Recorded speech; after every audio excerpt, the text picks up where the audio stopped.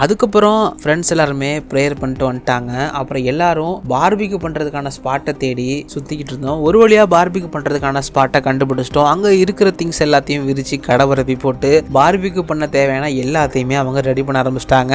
நான் இப்போ தான் ஃபர்ஸ்ட் டைம் இந்த மாதிரி துபாயிலே வெளியே வரேன். அவங்க ஆல்ரெடி இந்த மாதிரி நிறைய டைம் வந்திருப்பாங்க போல். ஸோ அவங்க என்ன பண்ணுறாங்க அப்படின்றத என்னால் வேடிக்கை மட்டும் தான் பார்க்க முடிஞ்சுது. ஏன்னா எனக்கு இந்த மாதிரியான எக்ஸ்பீரியன்ஸ்லாம் கிடையாது. அவங்க ரொம்ப சூப்பராக பார்த்தீங்கன்னா ஹமூஸு, சிக்கனு, அதுக்கு தேவையான அந்த சாஸ் எல்லாமே கொண்டு வந்திருந்தாங்க. எல்லாத்தையுமே ரொம்ப ப்ராப்பரா வந்து வச்சு சூப்பரா வந்து பார்பிக்யூ பண்ணாங்க. அதுவும் கொஞ்சம் நஞ்செல்லாம் கிடையாது, போதும்னு சொல்ற அளவுக்கு பார்பிக்யூவாலே திகட்ட குளிப்பாட்டிட்டாங்க. அந்த அளவுக்கு சூப்பரான பார்பிக்யூ சூப்பரா குக் பண்ணியிருந்தாங்க. இதெல்லாம் முடிச்ச பிறகு ஃபைனலா ஒரு பிளாக் டீயும் போட்டு கொடுத்தாங்க.